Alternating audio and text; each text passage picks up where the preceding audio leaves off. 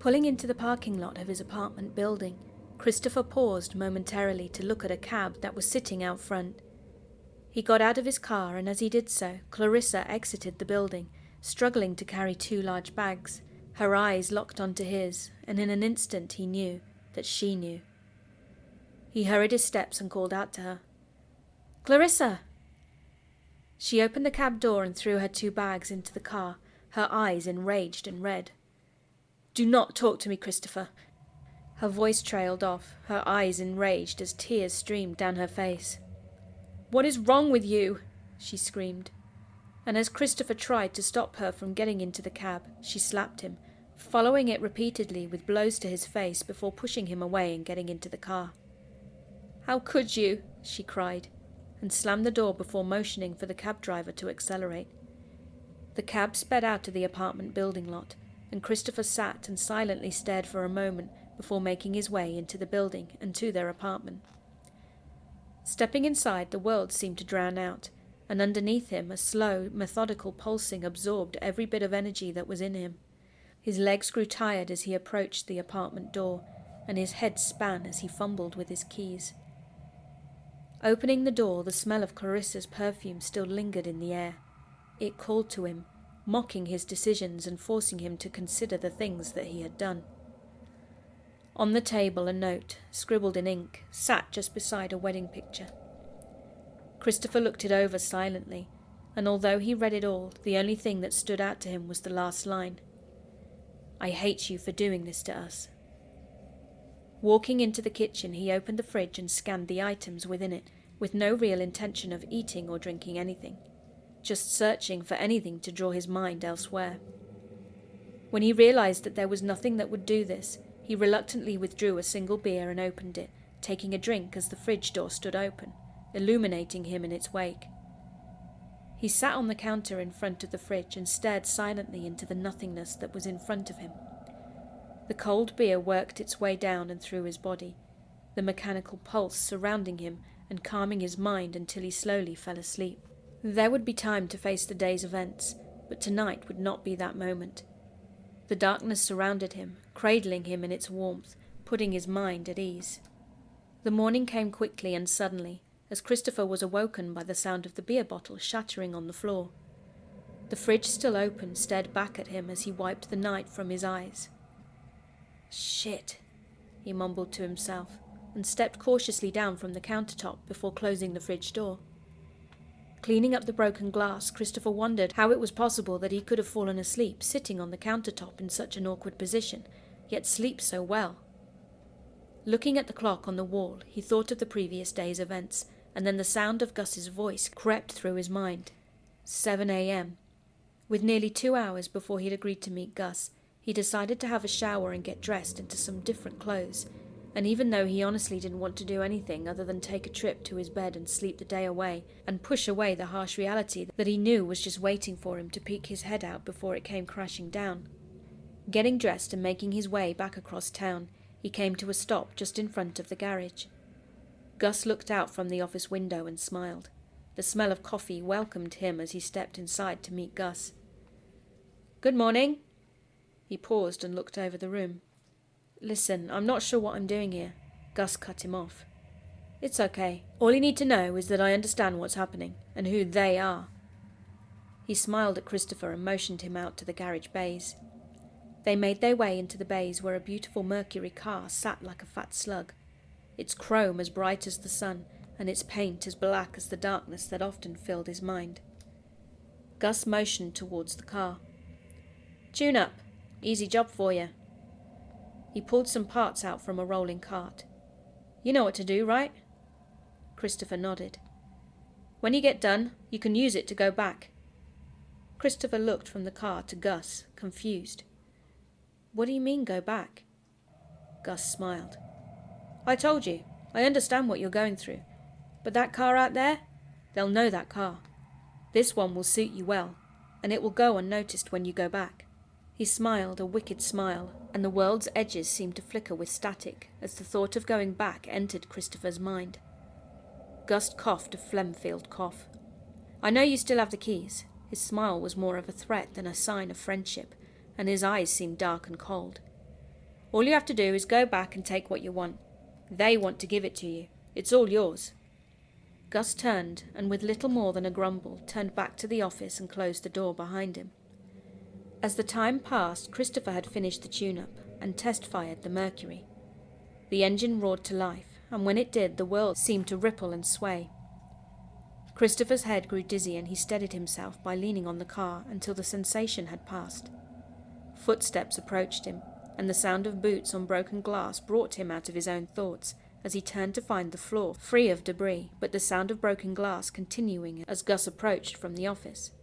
Gus looked pale, his eyes sunken and tired.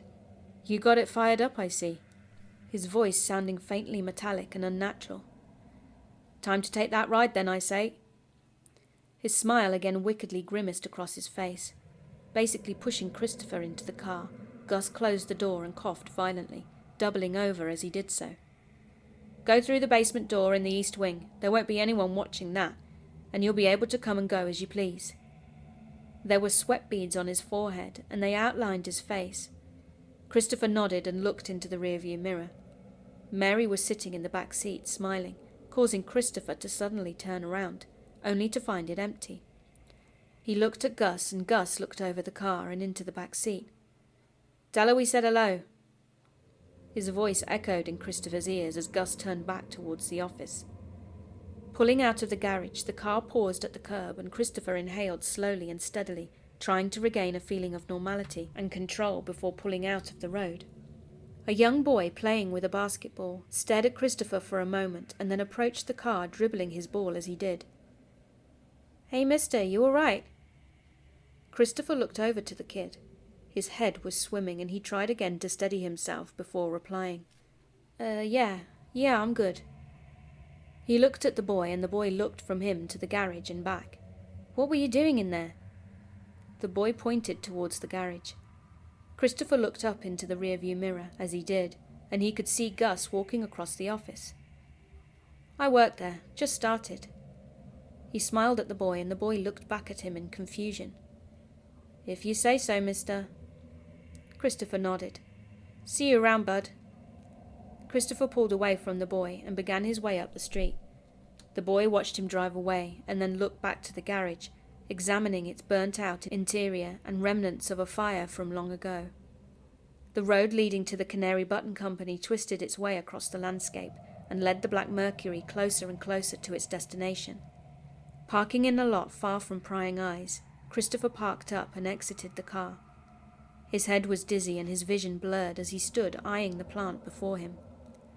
The East Wing's basement access door beckoned him, the keys on his hip jangling and singing as he quickly made his way down the stairs and into the darkness. The mechanical pulsing of the plant drowned out all thoughts but one. Tell her we said hello.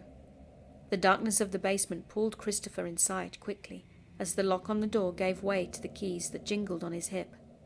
The rhythmic pulsing of the plant sent waves of euphoria and excitement through his body as he made his way inside. His mind raced with thoughts, and none would focus into his mind's eye but one. Tell her we said hello. The world around Christopher flickered with static like an untuned TV. Edges of walls and machines blurred and seemed to fade from one space to the next. Making his way down a corridor into the offices where the planning room was, he steadied himself with a hand on the wall, his hands tracing the seams of the block walls as he walked. The planning room sat empty. The fluorescent lighting flickered and hummed with the mechanical pulse throbbing through his entire body. Christopher stood silently, the world spinning around him. His head pounded and he slumped over, grasping at the table to keep himself on his feet. A light kicked on down the hall, and as it did everything seemed to become calm, and in a panicked rush he hid behind some cabinets in the planning room just behind the door. Mary suddenly made her way into the room, carrying folders and files as they shifted and swayed in her arms. Silently she was watched as she fumbled with filing cabinets. The door to the planning room quietly closed behind her, and Christopher's mind raced with excitement, the mechanical pulse soaking every pore as he approached her. The darkness was moving closer, and circling them both unnoticed. Christopher paused just behind Mary and looked her over before grabbing her by the waist. She screamed out and dropped the remaining files as she turned towards him, panic setting in as she realized who she was with. "What are you doing?" She pushed back against him and Christopher pulled her closer. "Get off of me!" she screamed and smashed her fist as hard as she could into Christopher's temple. His head exploded in pain and his grip on her released. Mary forced her way past him towards the door as the darkness that watched from a distance rushed forward, and with an unnatural speed Christopher reached out, grabbing a handful of hair from Mary's head and pulling her back and towards the table before slamming her back against the table's edge. She screamed out in pain, but Christopher was no longer even aware of the situation. The darkness now showing its mind, a scene unlike the scene playing out in front of him. Mary screamed out for help, but the noise of the plant drowned out her cries. Christopher wrapped her hair in his hand and pulled her to him. "You always have been a tease," he snarled. He then smacked her as hard as he could. Mary crumbled and would have undoubtedly fallen to the floor, if not for her hair being used to keep her on her feet. Christopher's eyes raged, and the hate that lay within them nearly paralyzed her as he threw her onto the table. "Please," she begged, as he forced her legs apart and dragged her closer to his body.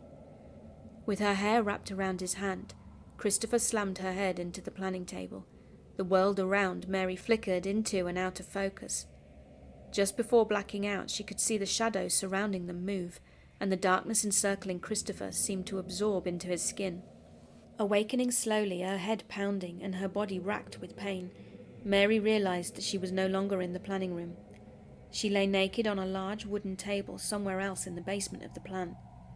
The sound of faraway machinery hummed into a sort of static that drowned out everything but her own mind.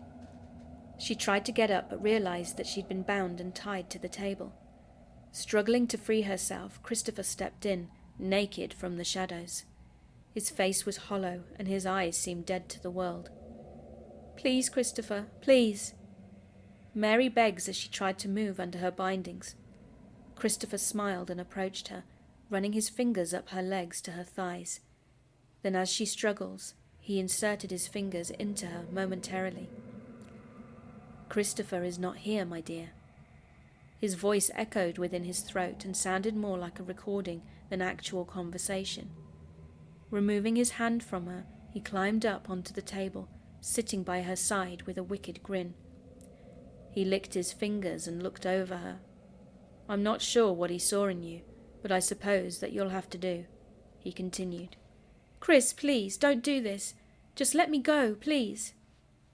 She shifted under her bindings and her body quivered in fear, shifting away from him as much as she could. Christopher, laughing softly to himself, looked from Mary to the floor and then back to Mary. "You are quite fun, though. He was right about that." Christopher leaned up and threw his leg over Mary's waist, straddling her. He looked her naked body over and teasingly ran his fingers across her lips. "Please, Chris, please. I won't say anything to anyone. Just let me go. I'm sorry if I misled you. I'm sorry that you lost your job. Please." Mary struggles in fear, and the cold air of the basement goosebumps her entire body as tears flowed from her eyes. "Oh, my child, I told you. Christopher's not here right now." Christopher stroked his hair back with his hands. "We didn't think that he could do what was necessary, so we put him away, somewhere where he will feel okay with his actions, somewhere where you even liked it." Christopher leaned over, placing his forehead against Mary's as she turned in an attempt to separate herself from him. He licked her face and whispered, his voice a mechanical pulse and nothing more. "Hello."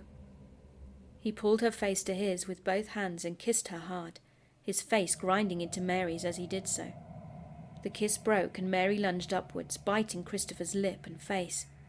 The copper-like taste of blood filled her mouth and she teared away from him as hard as she could, jerking her head to the side and away from him. Christopher sat up and reeled backwards but didn't fall. He straddled her again, looking up into the maze of pipes and steel that made up the ceiling of the basement. No scream, no sound whatsoever. Mary screamed, fighting against her bindings, but to no avail. Christopher's hands reached up to his mouth, and as she looked at him, his blood-soaked hands moved away. Christopher sat silently as Mary struggled, and then he looked down to her, his lip partially torn from his face and hanging loosely to the side of his mouth. The sudden shock of the sight froze Mary entirely. "Chris, oh my God! Chris, I'm so sorry!" Her panicked voice shook and cracked as she once again pleaded. Her strength and anger drained entirely out of her. The remnants of Christopher's mouth twisted their way into a smile, and blood steadily streamed down from the wound and dripped across Mary's bare breast. Perfectly calm, Christopher speaks softly. "I was hoping you would fight back. It makes it so much better." Grabbing Mary by either side of her face, Christopher ground his thumbs into each of her eye sockets. Screaming out in pain, Mary struggled to turn her head away from his grasp, her body violently thrashing against the bindings and her hips pushing upwards in an attempt to throw Christopher from her. The pain was explosive, and she screamed out as the pressure on her eyes suddenly gave in. The first one, and then the other moments later. She let out one final scream and then fell silent and motionless. Christopher leaned over her, both thumbs fully engulfed by her eye sockets. In a pool of dark red blood, he kissed her forehead softly and withdrew his thumbs from Mary's now empty sockets. "You are so good," he said, inhaling deeply and looking down over Mary. Cocking his head, his eyes rolled in their sockets before he stood up and stepped down from the table. Mary lay naked before him, and he smiled as he sucked the blood from his thumbs, giggling to himself in pleasure at the work he had administered. Once his thumbs were clean of her blood, he strolled across the room and dug through several boxes of various items before withdrawing a single pair of steel buttons. Approaching Mary laying on the table, he hummed to himself, the hum mockingly copying the mechanical pulse of the plant. Looking her over, he pushed her hair from her face and then ran his thumb along her lips. "These will have to do." He placed the buttons into her eye sockets, and as he did so, Mary moved. A murmur of pain escaped her lips. Surprised, Christopher paused. "Still here, are we?" He leaned over her and looked her over. "Let's see what we can do about that." He turned and retrieved a small hook-like tool from a nearby shelf. "Christopher will love you forever, but you will be mine." He jammed the hook into the side of Mary's neck, and she grimaces in pain as the wound is spread across her throat. Christopher inhaled deeply and climbed back onto the table beside Mary's dying body. His arms wrapped around her, and he laid his head on her breast before closing his eyes. The darkness slowly pulled away, leaving Christopher there alone with Mary. His sleep was filled with dreams of her and the times they would spend together, peaceful and unaware of the situation that had just occurred.